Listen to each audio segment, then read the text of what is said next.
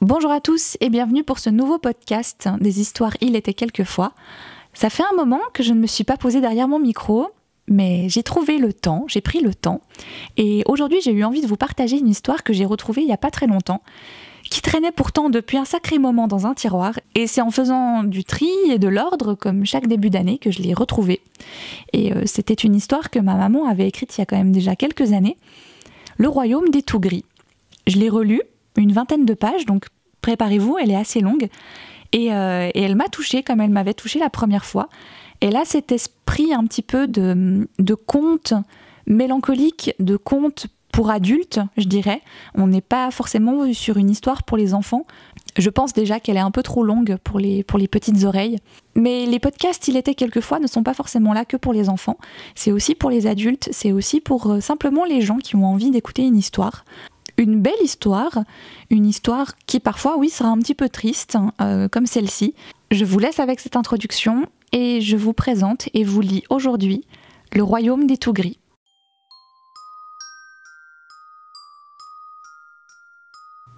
Il était quelquefois, le podcast qui raconte des histoires.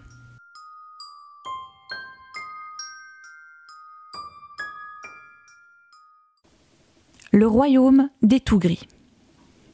Il était une fois, de l'autre côté d'un océan sans fin, en des temps immémoriaux, un peuple qui vivait non pas heureux, du moins serein et en paix. Il s'agissait d'un royaume où les gens ne se posaient pas de questions extravagantes et souriaient tout le temps, même quand tout allait de travers, travaillaient dur la plupart du temps, et à de rares exceptions faites, comme les jumeaux grisettes, et se mêlaient de leurs propres affaires. Le peuple des tout gris. Où se trouvait le royaume des tout gris ?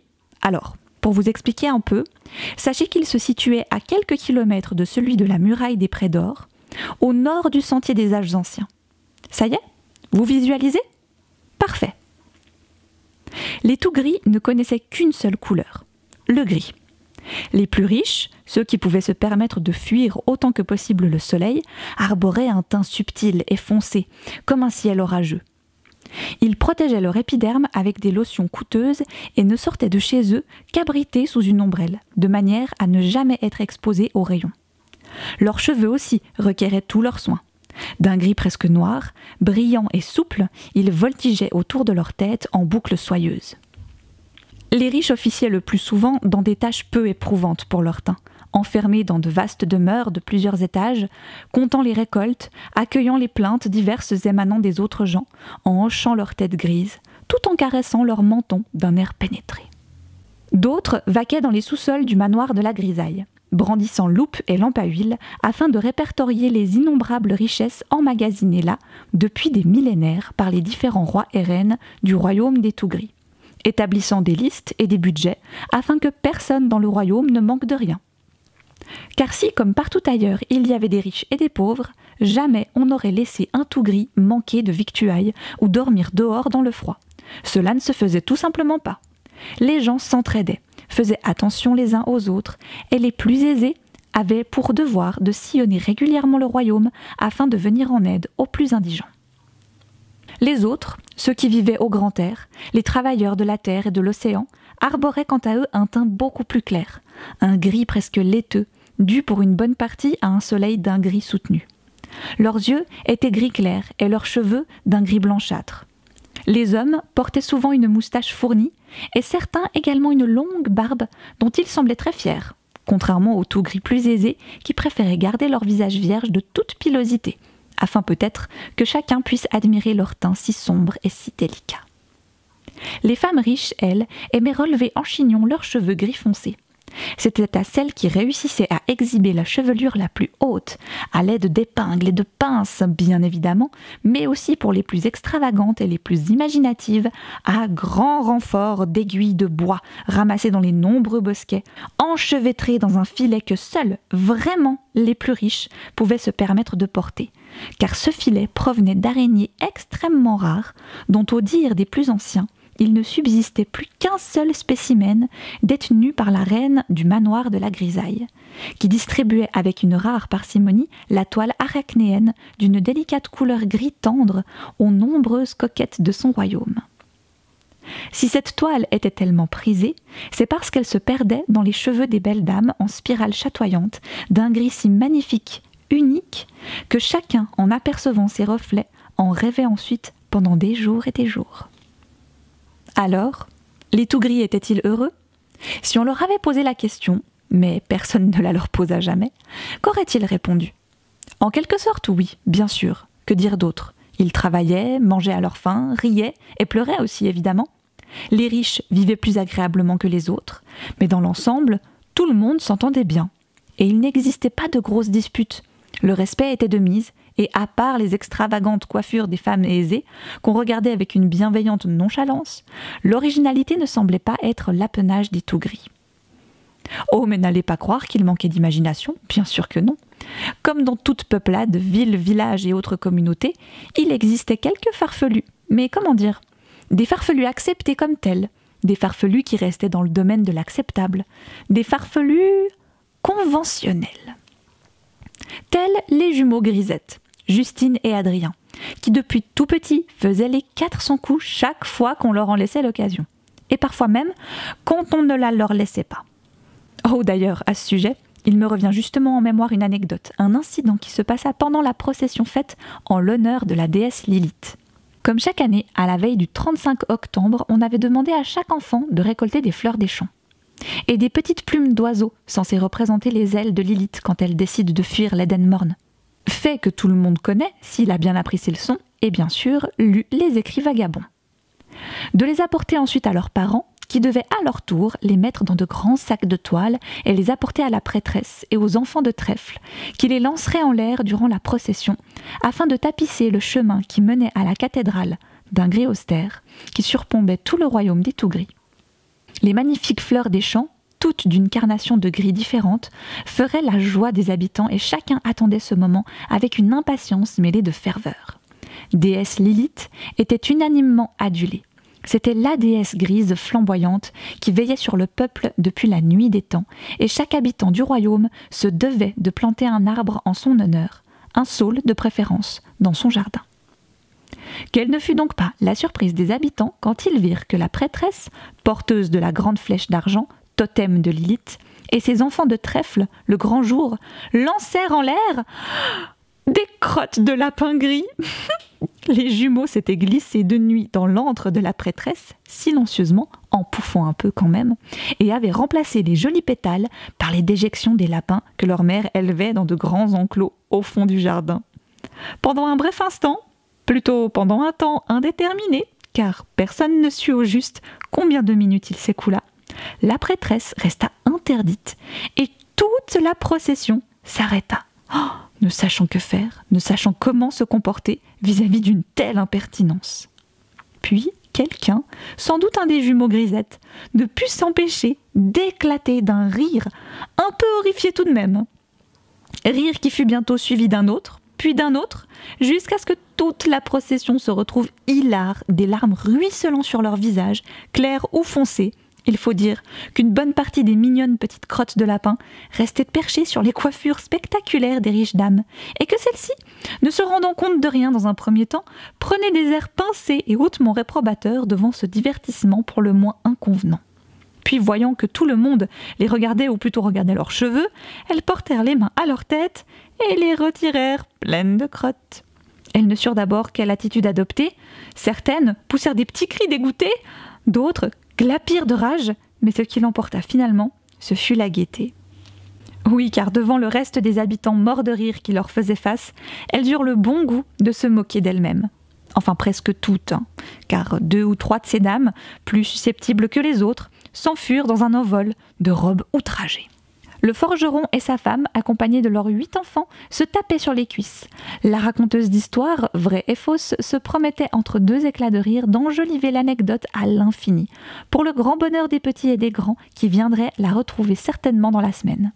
Le couple Grimont, qui façonnait, cuisait et peignait les tuiles pour toutes les maisons du royaume, se serrèrent l'un contre l'autre afin d'essayer de calmer les spasmes qui les secouaient. Le peintre qui décorait toutes les façades, avec ou sans l'assentiment des habitants, gardait les 2 mains plaquées sur sa bouche et poussait des petits cris de joie à peine étouffés. Madame Legris, accompagnée de sa voisine et meilleure amie, Madame Dugris, tournait la tête à droite et à gauche éberluée de voir la procession en proie à une si grande jovialité, et sentit un sourire se dessiner sur ses lèvres avant de se laisser aller, elle aussi, à l'allégresse générale. Bref, le peuple des Tout-Gris vivait tranquille, en bonne harmonie, et ne demandait rien d'autre que de continuer. Car bien sûr, la vie aurait pu suivre son cours, comme le ruisseau qui passait entre les maisons des deux voisines et amies dont nous venons de parler, Mesdames Legris et Dugris. Pourtant, il y avait bien quelque chose qui perturbait les honnêtes Tout-Gris, quelque chose dont personne ne parlait volontiers, le labyrinthe qui volait les gens. Ce labyrinthe se situait sur la plus haute falaise du royaume, celle qui dominait l'océan infini, celle où les vagues venaient se briser les soirs d'orage. Il s'étendait sur plusieurs kilomètres, combien nul n'aurait su le dire, puisque nul n'en était jamais revenu. Mais on n'en voyait pas la fin, c'est dire. Il s'agissait donc d'un endroit maudit, et on racontait aux enfants, désobéissants, des histoires effrayantes, des abominations qui se seraient passées à l'intérieur de ce dédale. Ces histoires horribles remplaçaient haut la main le fameux croque-mitaine, dont d'ailleurs personne chez les Tout-Gris n'avait jamais entendu parler. Et les enfants désobéissants s'empressaient de changer d'attitude au plus vite. Sauf parfois les jumeaux grisettes, comme on a pu le constater. Mais il y avait quelqu'un au royaume des Tout-Gris que le labyrinthe fascinait. Quelqu'un qui se posait souvent des questions bizarres. Quelqu'un qui n'acceptait pas qu'on lui réponde « C'est comme ça parce que tout le monde le sait et tout le monde le dit ». Ce quelqu'un, c'était une petite fille prénommée Galahad, fille de Cosette et Léopold Legris, lequel avait trouvé la mort bien des années auparavant en tentant justement de savoir ce que cachait le labyrinthe en compagnie de son meilleur ami Claudius Dugris, son plus proche voisin. Léopold et Claudius, aux grandes dames de leurs femmes respectives, parlaient souvent entre eux du lieu maudit, échafaudant 1000 hypothèses. Par exemple, Claudius semblait persuadé que quiconque trouvait la sortie du labyrinthe accédait à la fortune et n'avait plus aucun souci à se faire financièrement, jusqu'à la 18e génération. Pourquoi la 18e et pas la 12e ou la 30e, alors ça? Léopold, lui, échafaudait une autre théorie, selon laquelle, si l'on se laissait prendre par le labyrinthe, on acquérait le savoir complet sur toute chose dans tout l'univers, dans les mers et même dans l'espace. Et parfois même, mais alors ça, vraiment, c'était trop rocambolesque, que peut-être, de l'autre côté du labyrinthe, il existait d'autres coloris que le gris. Mais là, tout le monde riait de bon cœur, comme suite à une bonne farce. Tout le monde, sauf Galahad. Cosette Legris et Véronica Dugris, la femme de Claudius, ne voyaient pas d'un bon œil ces divagations et secouaient la tête d'un air de reproche quand elles entendaient leur mari parler ainsi. Galahad, encore toute petite à l'époque, écoutait, elle, avec ravissement, son papa et celui qu'elle appelait son tonton raconter toutes sortes d'histoires sur cet endroit qui lui paraissait à elle magique, merveilleux et peut-être révélateur d'autres coloris que le gris. Mais ce qu'elle pensait, elle le gardait pour elle. Peut-être un jour partagerait-elle son avis, sa conviction, avec Arthur, son inséparable ami, son alter ego, son presque frère, le fils de tonton Claudius et de tante Véro. Mais pour l'instant, elle se contentait de rêver. Rêver. Ah, rêver. Quand son papa et celui d'Arthur disparurent, elle resta persuadée qu'un jour, elle, Galahad, les retrouverait bien vivants. En attendant ce jour, elle menait sa vie avec sa maman, sa tante Véro et son presque frère Arthur. Tous les matins, elle sautait de son lit de plumes, courait vers la maison d'à côté à la rencontre d'Arthur et tous deux se dirigeaient vers le ruisseau et se débarbouillaient en sautant joyeusement dans l'eau, tout nus, en riant aux éclats. Ensuite, ils revêtaient leur tunique grise, leurs pantalons de toile épaisse, leurs bottes de cuir solide, attachaient à leur ceinturon leur couteau à manche d'ivoire et se rendaient soit chez l'un, soit chez l'autre. Prendre leur petit déjeuner composé de lait chaud ou froid, de miel, de confiture et de fruits, puis main dans la main, se dirigeaient vers l'école du royaume. Ils partaient fort tôt, car l'école se situait au milieu du royaume, et ils avaient un long trajet à parcourir. Tous les habitants, tous les jeunes, et chacun se sentait comme un devoir de protection envers les petits fiancés de la forêt, comme on se plaisait à les appeler. On les voyait toujours ensemble, souriants ou sérieux, se tenant à mi-voix des discours que nul autre qu'eux ne comprenait. Les autres enfants, sans les mettre jamais de côté, avaient pour habitude de les laisser le plus souvent entre eux, sans qu'il n'y ait de leur part de mauvaises intentions, simplement, on ne savait trop comment les aborder, et aucun de leurs camarades ne venait chez eux, dans leur maison, au bord de la forêt des sortilèges oubliés. On les voyait si étroitement liés par une amitié si paisible et si forte à la fois, si évidente, qu'on ne se donnait même pas la peine de tenter de les séparer. Ils étaient devenus indissociables, et au fil des années, ce lien ne se démentit jamais. Un peu comme si en mourant, leur père, depuis le cimetière des absents, les suivait du regard, attendri, et veillant à ce que chacun d'eux protège l'autre pour l'éternité. Et la vie, un peu monotone mais toujours douce, poursuivit son cours, ponctuée par les saisons qui passaient sur les deux habitations, toutes proches. Cosette et Véronica vieillissaient côte à côte, ou presque. Galahad et Arthur grandissaient et devenaient chaque année plus épanouis. Les fiancés de la forêt, tous les jours se promenaient au cœur de celle-ci, quel que soit le temps, et trouvaient dans leurs compagnies respectives tout le bonheur qu'ils pouvaient espérer. Mais Galahad ne pouvait s'empêcher de diriger ses regards vers le labyrinthe, comme attiré par un aimant. Arthur, souvent, lui demandait « Galahad, pourquoi regardes-tu si souvent le labyrinthe ?»« C'est seulement parce que papa et tonton y sont perdus, et que cela me rend triste. C'est bien pourquoi il ne faut jamais t'en approcher. Mais je me demande bien ce qu'ils sont devenus. Galahad, promets-moi de ne jamais t'en approcher. » Jamais.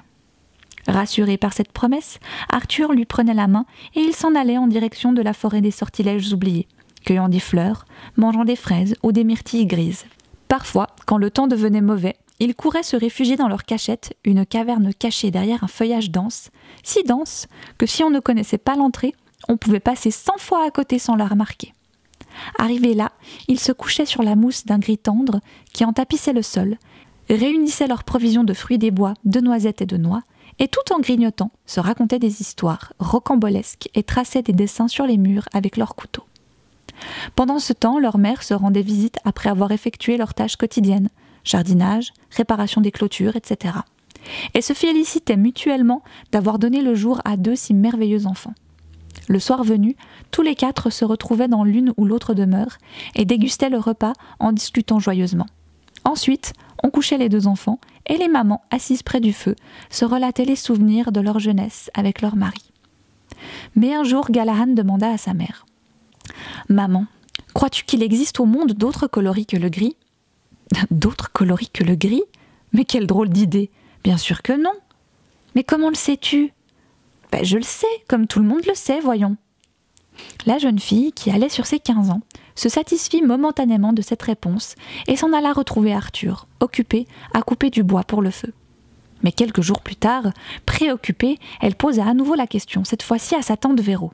« Tante Véro, crois-tu qu'il existe au monde d'autres coloris que le gris ?»« D'autres coloris que le gris ?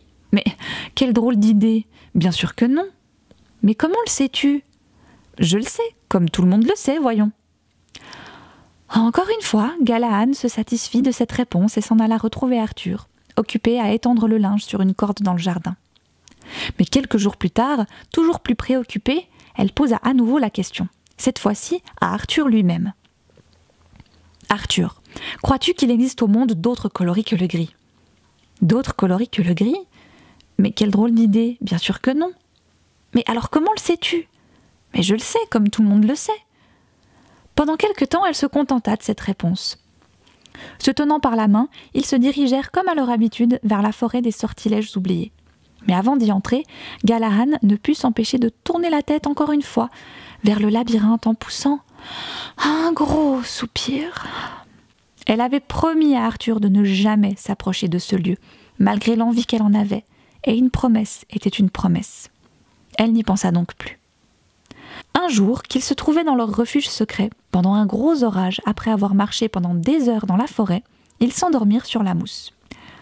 À son réveil, Galahad se leva en souriant, persuadé que son compagnon n'allait pas tarder à faire de même. Mais Arthur, qui avait coupé du bois pour la cheminée toute la matinée, se retourna sur le côté et continua de dormir. Alors la jeune fille décida de faire quelques pas dehors, puisque le temps le permettait à nouveau, et laissant son ami se reposer, s'en alla vers le cœur de la forêt, d'une fleur à l'autre, en chantonnant doucement, ses cheveux gris clairs virevoltant sur ses épaules, car son ruban s'était dénoué pendant son sommeil. Au bout de quelques minutes, elle s'apprêta à retourner vers le refuge quand elle crut entendre un gémissement. Aidez-moi. Ah, s'il vous plaît. Qui que vous soyez, pour l'amour de la déesse Lilith. » Ne voyant rien ni personne alentour, la jeune fille s'apprêta à retourner sur ses pas, mais la plainte reprit, plus nettement. « Oh, s'il vous plaît, pour l'amour de la déesse Lilith, aidez-moi, je vous en supplie. » Cette fois, il n'y avait pas à s'y tromper. Quelqu'un, pas très loin, avait besoin d'aide. Elle ne pouvait pas partir sans lui porter secours. Aussitôt, elle se mit à chercher et à appeler. « Où êtes-vous ? Si vous voulez que je vous aide, dites-le-moi. Près de la clairière, près du cimetière des absents. Dépêchez-vous, s'il vous plaît. Oh, je souffre !» Galahad resta un moment interdite. Le cimetière des absents, c'était là où se trouvaient son père et tonton Claudius. Enfin, pas vraiment, puisqu'on ne les avait jamais retrouvés, mais en leur honneur et en l'honneur de tous ceux que le labyrinthe avait volés, on avait aménagé des stèles au plus profond de la forêt, en souvenir. Elle ne s'y rendait pas souvent, et toujours accompagnée de sa mère, de sa tante et de son presque frère. Ce serait bien la première fois qu'elle en franchirait le seuil toute seule. Un moment, elle fut tentée de retourner vers le refuge, se disant qu'Arthur l'aiderait à retrouver le blessé plus sûrement, mais à nouveau la voix se fit entendre. « Aidez-moi, s'il vous plaît, ne partez pas, je souffre !» Alors elle se décida. Elle discernait de tels accents de détresse dans cette voix. « J'arrive, tenez bon !»« Oh, merci, merci beaucoup !» Elle chercha longtemps, s'avançant de plus en plus en direction du cimetière des absents, franchit la haute grille qui en permettait l'accès, s'avança sur le sol détrempé et recouvert de feuilles mortes, déambula parmi les tombes gigantesques, certaines faisaient 2 fois ou 3 fois sa taille, et soudain découvrit un homme adossé à une grosse pierre funéraire. Il semblait bien vieux, bien petit et bien fragile. Vêtu d'un pantalon gris terne, des bottes en cuir gris souris, recouvert d'une cape très longue, d'un gris indéfinissable, il gémissait en se tenant la jambe. Elle s'approcha aussitôt. « Ne vous inquiétez pas, vieil homme, je vais vous aider à vous soigner. »« Oh, merci infiniment, belle jeune fille, mais je vous préviens, j'habite fort loin, et vous aurez à me soutenir un long moment, car je me suis tordu la cheville en voulant sauter par-dessus ce gros tronc d'arbre renversé. » Elle sourit en secouant la tête. « Mais quelle drôle d'idée de vouloir sauter comme un jeune cabri à votre âge. »« Mon âge, mon âge ! Et que savez-vous de mon âge, petite impertinente ? Et d'abord, comment vous appelez-vous ? » ?»« Je m'appelle Galahad, et je voulais juste dire « Taisez-vous donc, et aidez-moi plutôt à me relever, dans un premier temps. » La jeune fille serra les dents. Ce vieil homme devenait bien désagréable depuis qu'il se savait secouru. Mais elle haussa les épaules. Après tout, il avait souffert, sans doute pendant des heures, tout seul, et sûrement avait-il eu très peur de mourir ici, dans un cimetière. Quelle ironie! Elle le souleva doucement, heureusement il ne pesait pas bien lourd. Puis, l'asseyant sur une souche toute proche, lui dit « Je vais aller quérir pour vous une forte branche, dont vous vous servirez comme d'une canne, et je vous soutiendrai de l'autre côté. Ainsi, nous pourrons rejoindre votre demeure. Alors allez-y, qu'attendez-vous donc ?» Galahad soupira, vaguement exaspéré, et partit à la recherche d'un bâton. L'ayant trouvé, elle soutint le mystérieux blessé et clopin, ils se mirent en route. « Est-ce encore loin ?» demanda-t-elle au bout d'1 heure. « Et vous le verrez bien. »« Oh, quel caractère d'ours !» se dit-elle. Plusieurs fois, elle faillit abandonner ce vieux monsieur exécrable, mais à chaque fois, sa gentillesse lui fit dire « Pauvre homme, c'est parce qu'il a eu si peur et si mal. » Néanmoins, elle commença à s'inquiéter. « Et Arthur, qui ne sait pas où je suis. Aïe, aïe, aïe, que va-t-il penser, ne me retrouvant pas à ses côtés à son réveil ?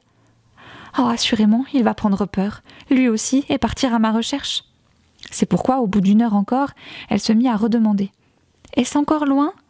Vous le verrez bien, avançons !»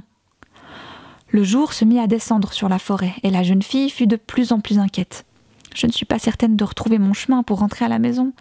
Oh, et Arthur, pauvre Arthur, il va tellement s'inquiéter !» Pourtant, elle tint bon, et tenant toujours fermement le vieux grincheux par le bras, continua à marcher. Quand le jour fut tout à fait tombé, et qu'on ne put plus distinguer les arbres, quand les bruits de la forêt, si sereins et rassurants en plein jour, devinrent menaçants et inconnus, elle osa à nouveau poser la question. « Est-ce encore loin ? » ?»« Nous y sommes, paresseuse.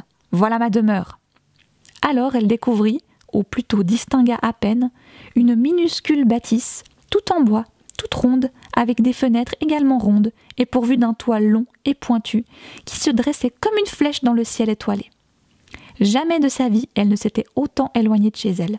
Jamais elle n'avait vu cette maisonnette et jamais elle n'avait entendu quiconque en parler. C'était comme si elle se retrouvait dans un autre pays un peu étrange et pas vraiment rassurant. Toutefois, elle se dit « Maintenant que nous y sommes, je vais pouvoir allonger ce pauvre vieux sur son lit et le soigner et le nourrir. Le pauvre doit mourir de faim depuis tout ce temps. » Ainsi fut donc fait. Une fois couché, soigné, nourri et bordé, le vieux monsieur acariâtre s'endormit comme une masse, sans penser à laisser un peu de nourriture à celle qu'il avait si bien secourue. Galahan chercha de tous côtés, mais ne trouva plus rien à se mettre sous la dent. Harassée elle aussi, elle se coucha par terre, car il n'y avait qu'un seul lit, et la chaise bancale qui trônait près de la table ne lui inspirait rien qui vaille. Elle s'endormit elle aussi, non sans avoir encore une pensée pour Arthur, sa mère et sa tante. Le lendemain, elle s'éveilla tout endolorie et mit quelques secondes à se souvenir de ce qui s'était passé. Se relevant, elle s'aperçut que le vieux monsieur si grognon ne se trouvait plus dans son lit. Étonnée, elle sauta sur ses pieds, mit le nez dehors et regarda de tous côtés. Personne. Rien que la forêt, épaisse, dense, un peu inquiétante même. Elle se dit que peut-être le vieux monsieur acariâtre, sa jambe moins douloureuse après une nuit, s'en était allé vaquer à ses occupations, dont elle ne savait rien, et s'apprêta à retourner chez elle. Mais après quelques pas, elle regarda tout autour d'elle, perdue et désemparée. Elle ne reconnaissait absolument rien et ne savait pas du tout quel chemin prendre. Tout à coup, elle entendit un craquement sur sa droite, et vive comme l'éclair, se retourna et crut mourir de frayeur.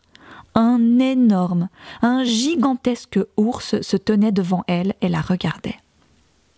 Malgré sa peur, elle dégaina son couteau, qui lui sembla bien ridicule face à cette masse monstrueuse, et lui fit face, s'apprêtant à se défendre courageusement, quand elle entendit une voix lui dire doucement « N'aie pas peur, Galahan, je ne te ferai aucun mal. »« Mais qui parle? Venez m'aider !»« C'est moi, l'ours. »« Mais les ours ne parlent pas. »« Et comment le sais-tu ? » ?»« Je le sais, comme tout le monde le sait, voyons. »« Pourtant, moi je parle. Comment l'expliques-tu ? » Eh bien, je dois dire que je ne l'explique pas. Et c'est bien normal. Je parle et tu me comprends, car tu fais partie des gens, fort peu nombreux, qui ne se contentent pas des vérités toutes faites, qui veulent comprendre par eux-mêmes, qui veulent aller plus loin, plus haut, et qui n'acceptent pas qu'on dise « Puisque personne n'a accompli cette chose, eh bien, c'est que c'est impossible. » Non, toi, tu désires l'inaccessible. Quelque peu rassurée par le ton calme et doux de l'ours, Galahan remit son couteau à son ceinturon et s'approcha. « Mais comment sais-tu mon nom ? » ?»« C'est toi-même qui me l'as dit. »« Oh, pour ça non, je m'en souviendrai, je n'ai jamais parlé avec un ours. »« C'est parce que quand tu me l'as dit, je n'avais pas encore recouvré mon aspect actuel, et étais prisonnier d'une enveloppe humaine, dégradante et rebutante d'ailleurs, que le gardien du cimetière des absents m'avait condamné à revêtir. Mais pourquoi ? Parce que j'avais commis un crime impardonnable pour un animal. J'ai tué sans raison aucune. Mais qui as-tu tué ? Une gazelle qui passait imprudemment à ma portée. Il faut que tu saches que le meurtre, car c'en est un en l'occurrence, n'existe pas chez les animaux. C'est une bassesse réservée à l'humain. Les animaux ne tuent que pour se défendre ou se nourrir. C'est même en cela qu'ils sont si supérieurs à votre race. Nulle haine, jamais, ne motive nos actes. Mais ce jour-là, je ne sais pas ce qui m'a pris. J'ai attaqué cette malheureuse sans qu'aucune faim me tenaille l'estomac. Et pourquoi le gardien du cimetière des absents a-t-il voulu te punir ? Parce que c'est le dieu du règne animal, le serpent, et qu'il a pour mission depuis la nuit des temps de protéger les animaux des bas instincts des hommes. Et c'est pourquoi, pour me montrer ce qu'il en coûtait de singer le mauvais comportement des hommes, le gardien m'a condamné à en devenir un. Il est bien douloureux d'être enfermé dans une enveloppe humaine. C'était donc toi ? Mais pourquoi me parlais-tu si méchamment ? Je ne faisais que suivre les directives du gardien. Je devais me comporter de façon abjecte, et si un humain assez généreux acceptait tout de même de m'aider, je pourrais retrouver ma forme animale, et l'humain en question serait récompensé. Tout en écoutant avec un intérêt croissant le gigantesque ours, Galahan ne put s'empêcher de scruter sa fourrure avec curiosité.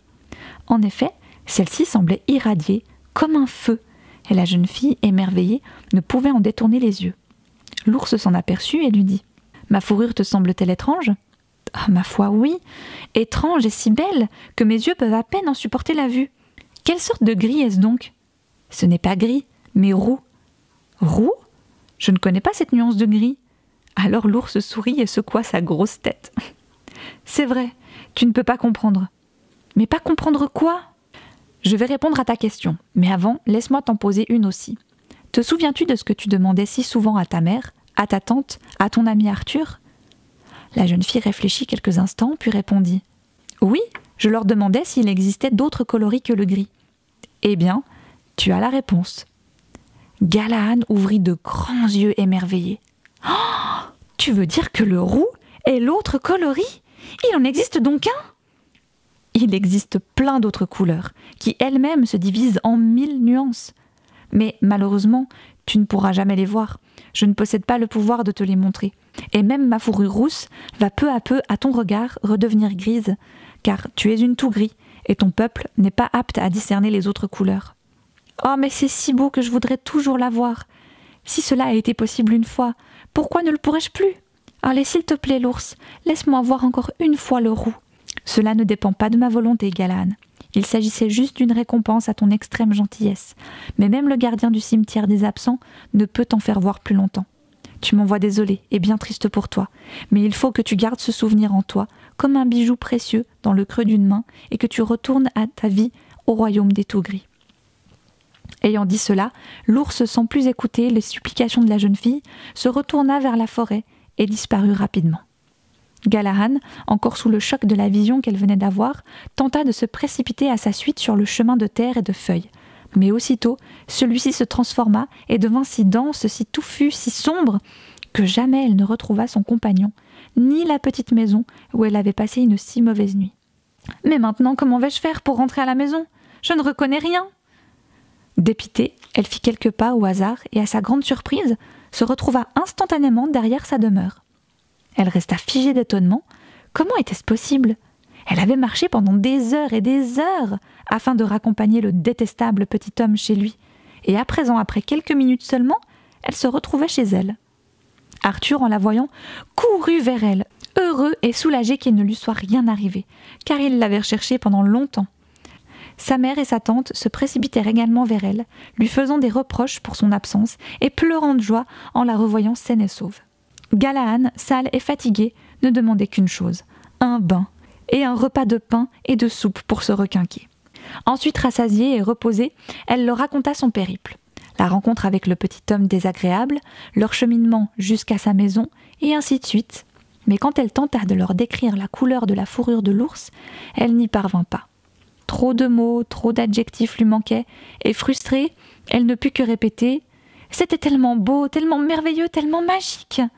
Seulement, à voir les visages sceptiques des siens, elle comprit qu'il ne pouvait imaginer le bonheur qu'elle avait ressenti en voyant cette couleur rousse, et qu'il pensait peut-être qu'elle inventait cette partie de l'histoire. Elle ne leur en voulut pas, et n'insista pas. Elle-même, d'ailleurs, avant de l'avoir découverte, n'aurait pu imaginer une beauté pareille. Même si elle pensait depuis toujours que d'autres couleurs existaient à travers le vaste monde au-delà du royaume des tout gris, au-delà de la muraille du Prédor, et même encore au-delà du sentier des âges anciens, là où personne encore, au royaume des tout gris, n'avait jamais posé le pied. Ou en tout cas, n'en était jamais revenu. La jeune fille reprit donc le cours de sa vie, monotone, se disant que peu à peu, le souvenir de la merveilleuse couleur rousse s'estomperait, malheureusement ou heureusement, et qu'il fallait, comme le lui avait conseillé le gros ours roux, tenter de garder en elle ce souvenir, telle une pierre précieuse ou une poussière d'étoile au fond de son cœur, jusqu'à ce qu'il s'éteigne de lui-même, enseveli sous les heures et les jours qui passaient. Enseveli sous la grisaille des années, comme une silhouette entrevue lors d'un été si lointain, si fugace qu'on se met à douter de sa réalité. Elle vécut ainsi plusieurs années, travaillant la terre avec l'aide d'Arthur et de sa famille, chassant dans la forêt des sortilèges oubliés, s'abîmant dans son labeur afin d'oublier ce qu'elle avait vu. Au début, plusieurs fois, elle avait caressé l'idée de retourner vers le cimetière des absents et tenté de convaincre Arthur de l'accompagner, mais mal lui en avait pris. Celui-ci, inquiet, avait répondu « Galahan, tu n'y songes pas. Retourner là-bas, pour quoi faire ?»« Pour tenter de retrouver l'ours roux. Tu verras, c'est un tel bonheur pour les yeux. » Oh, je t'en conjure, n'y retourne jamais. C'est trop dangereux, et je ne veux pas te perdre. J'ai eu si peur la première fois. Il ne faut plus que tu penses à cet ours. D'ailleurs, sans doute n'existe-t-il même pas. Mais je l'ai vu. Mais peut-être ne s'agit-il que de l'effet d'un des sortilèges oubliés de la forêt. Après tout, les écrits vagabonds nous interdisent formellement de nous rendre au-delà du cimetière des absents, car cette partie de la forêt peut s'avérer dangereuse. La magie obscure y règne encore et elle peut s'avérer mortelle. Comment le sais-tu, puisque tu n'y es jamais allé? Mais tout le monde le sait. Les écrits vagabonds le disent et tu les as lus comme moi et comme tout le monde à l'école. Je les ai lus, oui, bien obligé. Mais je ne suis pas obligée d'y croire aveuglément. Les écrits vagabonds ont été rédigés par les anciens respectables, il y a tellement longtemps que personne ne sait de quand ils datent, ni même s'ils reflètent la vérité. Et quand bien même. Comment ça, quand bien même? La vérité n'est peut-être pas la même pour tout le monde. Mais, et le danger? La magie obscure? Galahad, je t'en supplie, n'y retourne jamais. Oublie cette couleur. Galahad, contrarié, continua de cercler le jardin sans répondre. Mais dans sa tête, elle pensait « Oublier cette couleur? Mais je ne peux pas.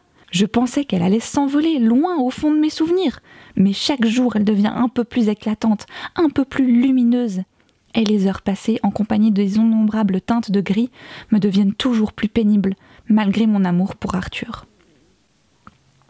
Alors, petit à petit, elle devint plus pâle, perdit peu à peu l'appétit et s'enfonça malgré tous ses efforts pour le cacher dans une profonde mélancolie. Le matin, elle sortait du lit avec difficulté, la tête encore pleine de songes où apparaissait continuellement l'ours roux et n'attendait qu'une chose, le crépuscule, afin de pouvoir se recoucher et se laisser à nouveau envahir par ses rêves.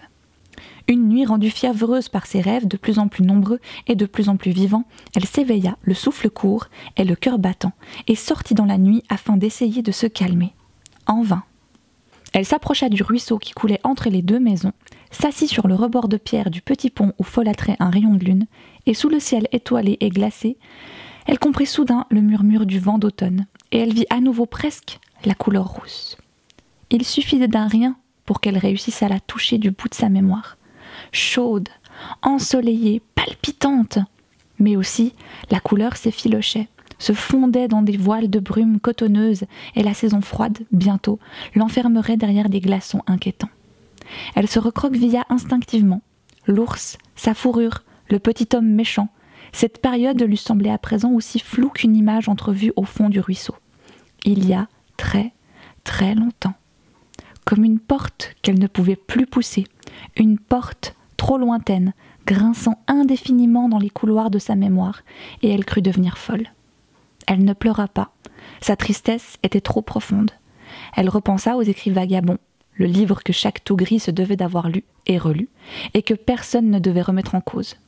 Les commandements écrits par Lilith elle-même, d'après les anciens respectables. Elle releva rageusement la tête. Qu'en savaient-ils, les anciens respectables? Qui était-il pour lui dicter sa conduite? Et pourquoi devrait-elle suivre les ordres d'un livre? Lilith elle-même, en des temps immémoriaux, avait désobéi. Elle avait fui l'Éden morne, parce qu'il ne lui convenait pas. Alors elle sut ce qu'il lui restait à faire. Rentrant doucement dans sa maison, faisant bien attention de ne pas réveiller sa mère, elle alla chercher son manteau gris, le plus chaud, remplit un sac de victuailles, s'empara de son ceinturon et de son couteau, et sortit dans la nuit. Se retournant, elle jeta un dernier regard vers ces deux maisons, espérant les revoir bientôt, puis courageusement se dirigea vers la forêt des sortilèges oubliés. Elle marcha longtemps dans la nuit, trop exaltée pour ressentir de la peur, et arriva sans trop savoir comment à l'orée du cimetière des absents. Arrivée là, épuisée, elle se coucha près de la tombe vide de son père et, s'enroulant dans son manteau, s'endormit. Au réveil, quelle ne fut pas sa surprise de constater que quelqu'un se tenait à ses côtés. Elle bondit aussitôt sur son couteau, mais à ce moment, une voix qu'elle pensait ne plus jamais entendre murmura « Galahad, calme-toi, c'est moi, l'ours à la fourrure rousse. » Soulagée, transportée de joie, elle se leva et bondit vers lui. « C'est toi, c'est bien toi, l'ours. Oh, j'ai tellement, tellement souhaité te revoir. Je le sais, j'ai espéré du fond du cœur que tu m'oublierais, que tu continuerais ta vie avec tes deux mamans, ton fiancé de la forêt. Mais le gardien du cimetière des absents m'a dit que tu dépérissais. Aussi, j'ai décidé de t'envoyer des songes. « C'est donc toi qui... » « Oui, c'est moi. Te voyant mourir à petit feu, j'ai intercédé pour toi auprès du gardien, et il m'a permis exceptionnellement de te venir en aide. Oh l'ours, je voudrais revoir la couleur rousse.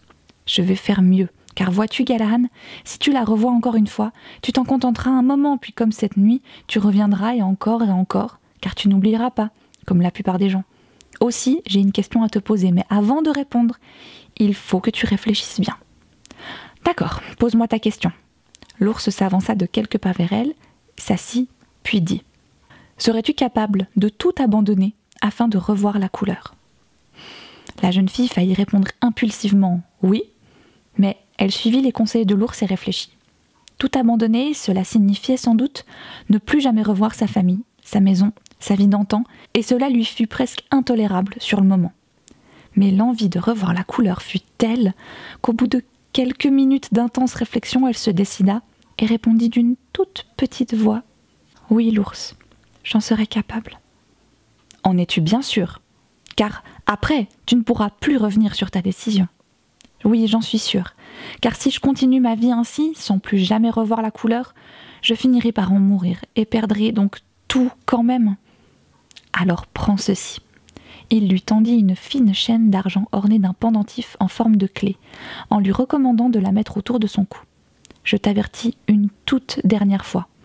Quand tu auras mis cette chaîne autour de ton cou, tu ne pourras plus revenir en arrière. » D'une main tremblante, Galahan se saisit du bijou et, retenant sa respiration, la mit autour de son cou. L'ours la regarda d'un air à la fois doux et grave et lui dit « Bien, tu as fait ton choix. Il n'est plus temps de le regretter.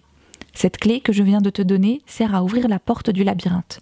Une fois ouverte, la clé et la chaîne disparaîtront, et tu ne devras plus compter que sur toi-même pour te diriger dans le labyrinthe. »« Mais le labyrinthe vole les gens !»« Oui, mais toi, tu pourras peut-être revenir grâce à ton père. »« Mon père ?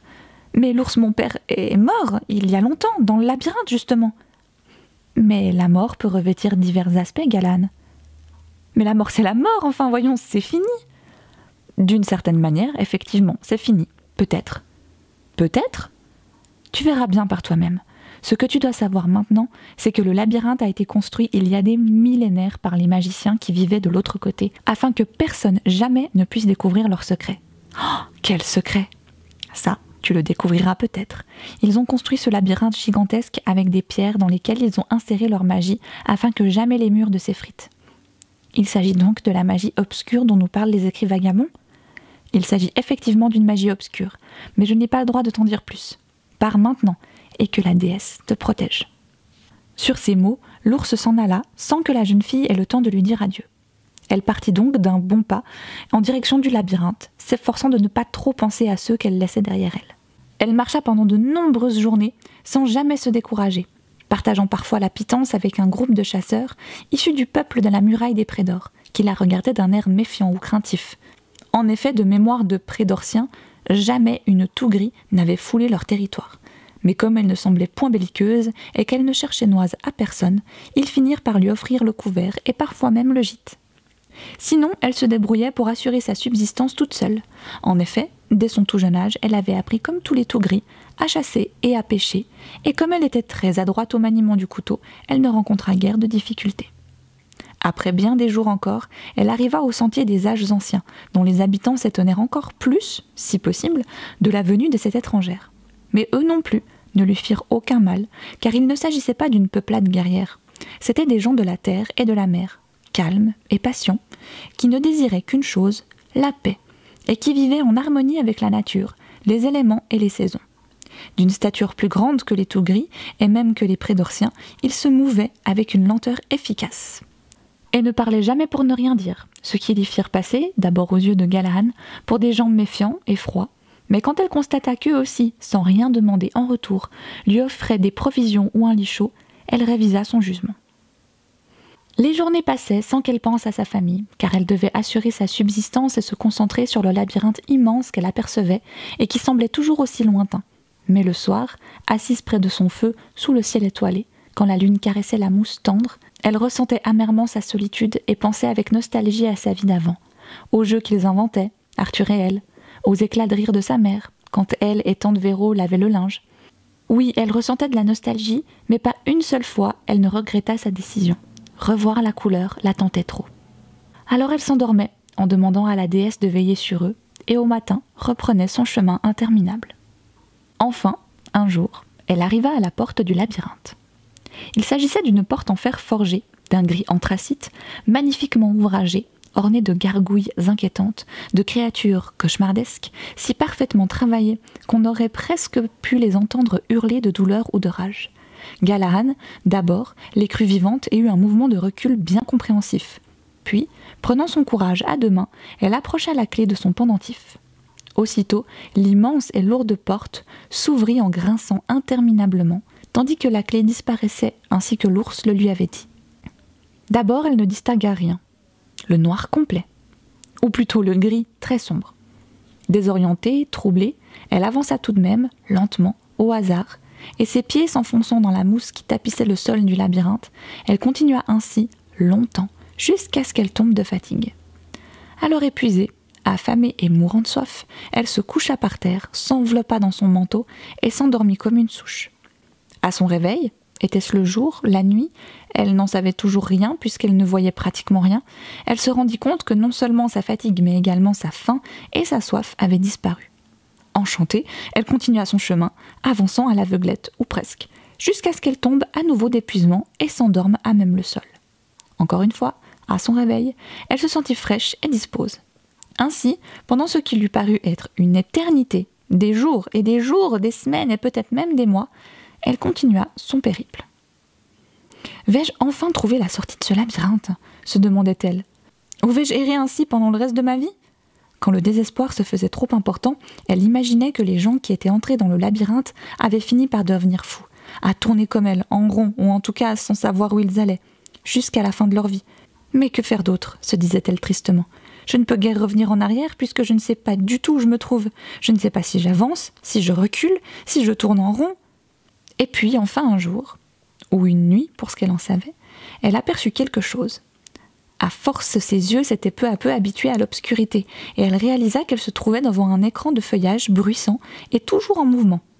Elle s'approcha, intriguée, et constata qu'en fait, de feuilles, l'écran était composé de minuscules fragments de bois, très fins, de toutes les formes, mais pas plus grandes qu'un timbre.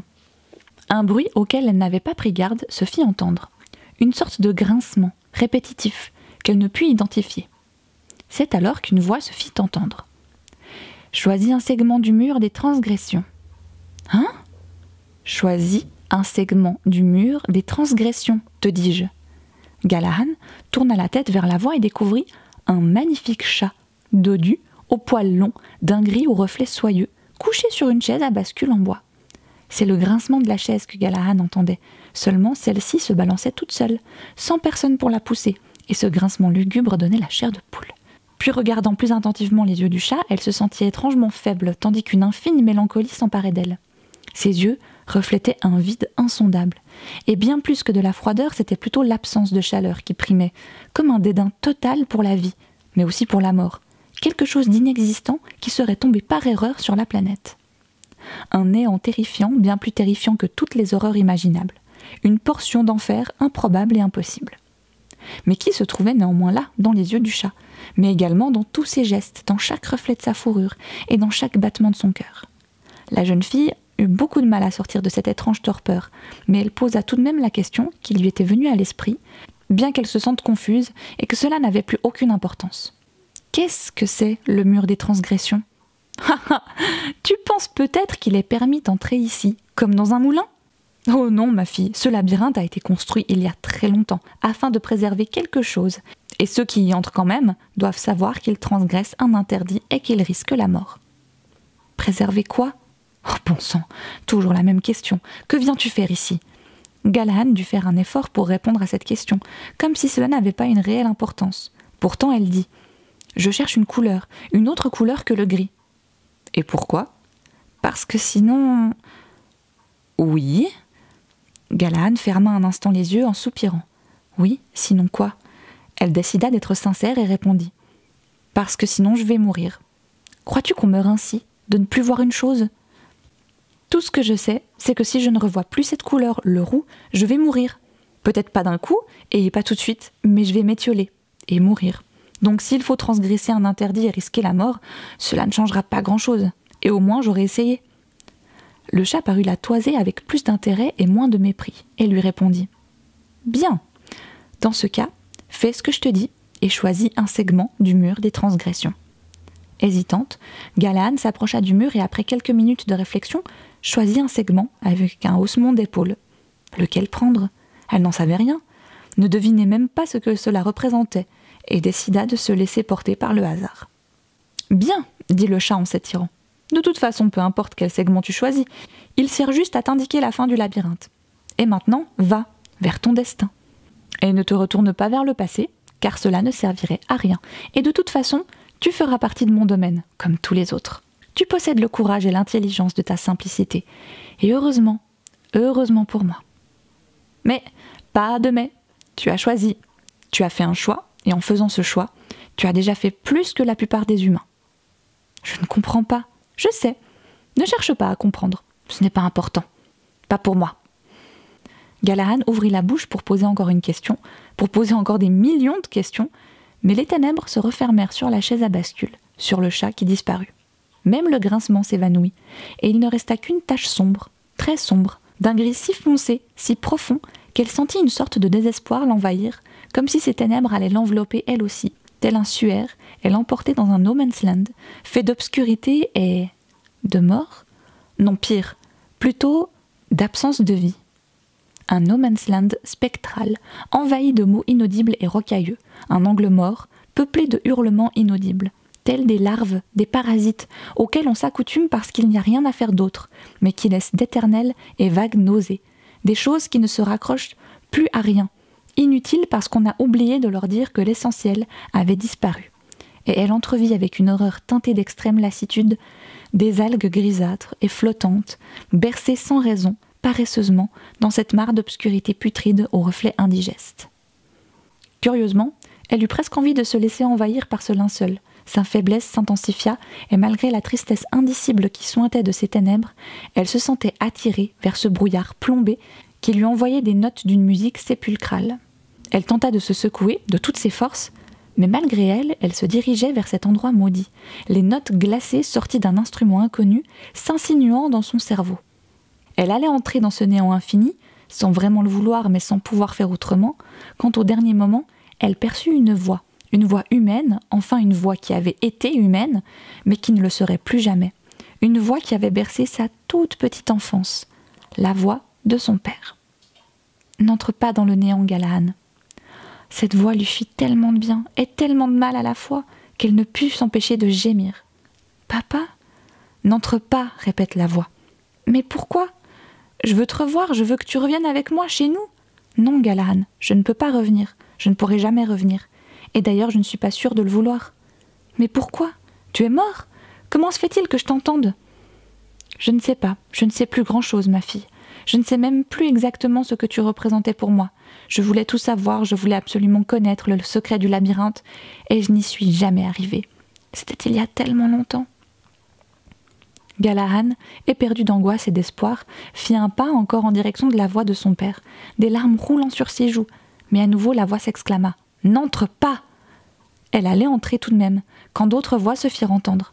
Des gémissements profonds, tenaces et sans pitié, qui s'insinuaient jusqu'au fond des eaux, puis ensuite une mélodie sauvage, sans concession, deux voix dans sa tête, l'une féminine, l'autre virile, qui se superposaient, se complétaient, s'affrontaient et se rebellaient. Des voix d'anges, se dit-elle. Mais des anges complètement fous, qui chantaient un refrain primitif, un cri de guerre qui venait du plus profond de leurs entrailles, qui faisait rouler des larmes chargées et lourdes, trop grises, trop longtemps contenues, complètement inutiles et ravagées. Elle crut devenir folle, mais le chant continuait. Des anges et des mots guerriers, bardés de cicatrices, des sonorités revenues du plus profond des âges du temps de la déesse, juste pour raconter l'histoire d'un ancien rendez-vous manqué, d'une larme inexpliquée, d'un silence tapageur qui fait sursauter, l'histoire du labyrinthe et de ses magiciens. Elle faillit abandonner tout espoir avec une sorte de résignation, soulagée même, se remémorant les paroles de sa mère, puis celles de sa tante, et surtout celles d'Arthur, qui lui disait « Il n'existe pas d'autre coloris que le gris ». Sans doute avait-il raison, se dit-elle, il n'existe pas d'autre coloris que le gris, et j'ai été bien présomptueuse et bien égoïste en partant à la recherche de je ne sais quelle autre couleur inexistante. Alors, portée par le chant des anges guerriers, elle se laissa dériver vers le néant, de plus en plus près, de moins en moins consciente de ce qu'elle faisait, et tout allait finir pour Galahan le Gris, quand pratiquement réduit à l'état de murmure, une dernière fois, elle entendit la voix de son père.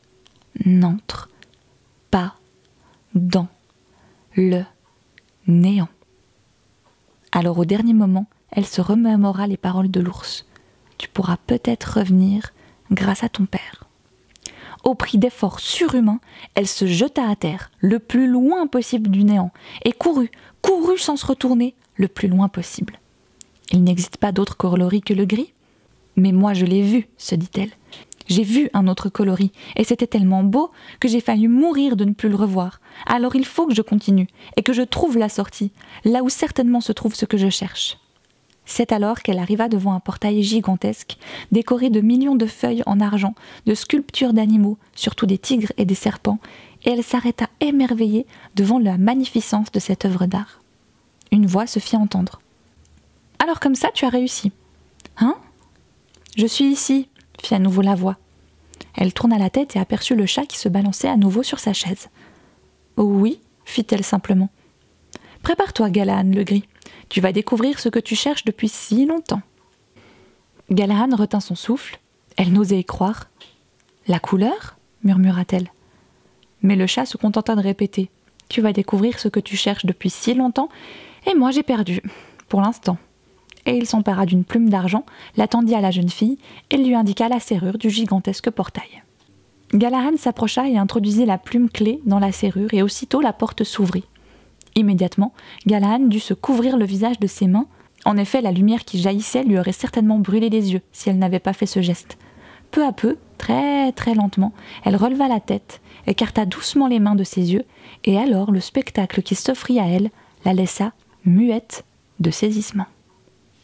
Des arcs-en-ciel bondissaient dans un ciel d'un bleu éclatant, pendant que des fleurs, rouges, jaunes et roses, paraissaient sur une immense pelouse, d'un vert tendre et doux. À perte de vue, des lacs argentés miroitaient sous un soleil doré. Des oiseaux roux, oranges et bleus, de toutes les tailles, volaient d'un arbre à un autre, ou se posaient sur les toits des petites maisons, blanches et brunes, qui composaient les villages du monde du labyrinthe. Éblouie, elle s'avança comme dans un rêve au milieu de ce monde féerique, et un sourire de bonheur illumina son visage. Les couleurs, des centaines, des milliers de teintes différentes décoraient ce lieu enchanteur, beaucoup plus qu'elle n'aurait jamais osé l'imaginer.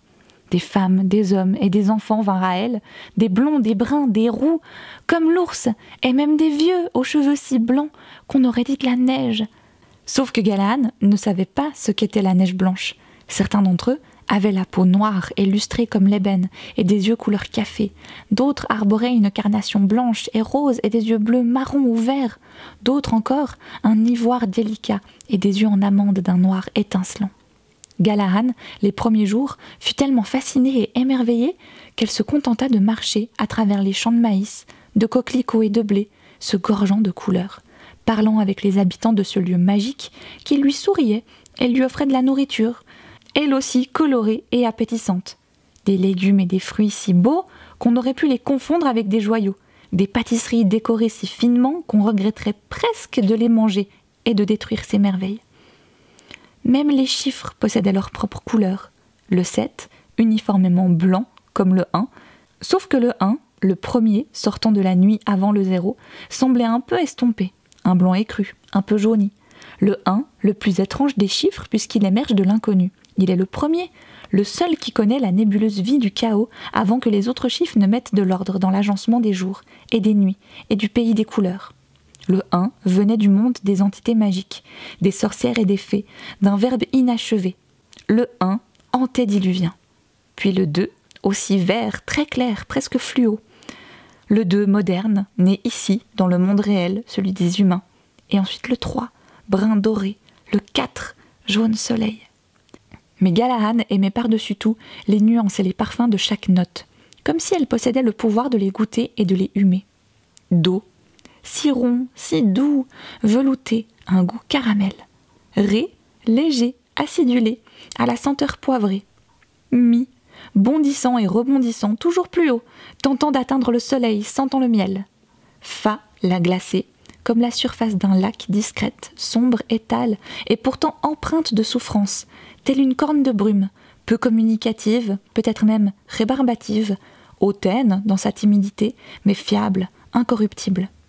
Sol, bien sûr, comme son nom l'indiquait, était une solitaire, tête en l'air, ne se souciant que fort peu de son impact musical sur une portée, se moquant sans en avoir l'air de sa célèbre clé tarabiscotée, qui prenait des grands airs élégants, mais demeurait outrée de son éternel mutisme, n'ayant pas voix au chapitre parmi les croches, les blanches et les noires.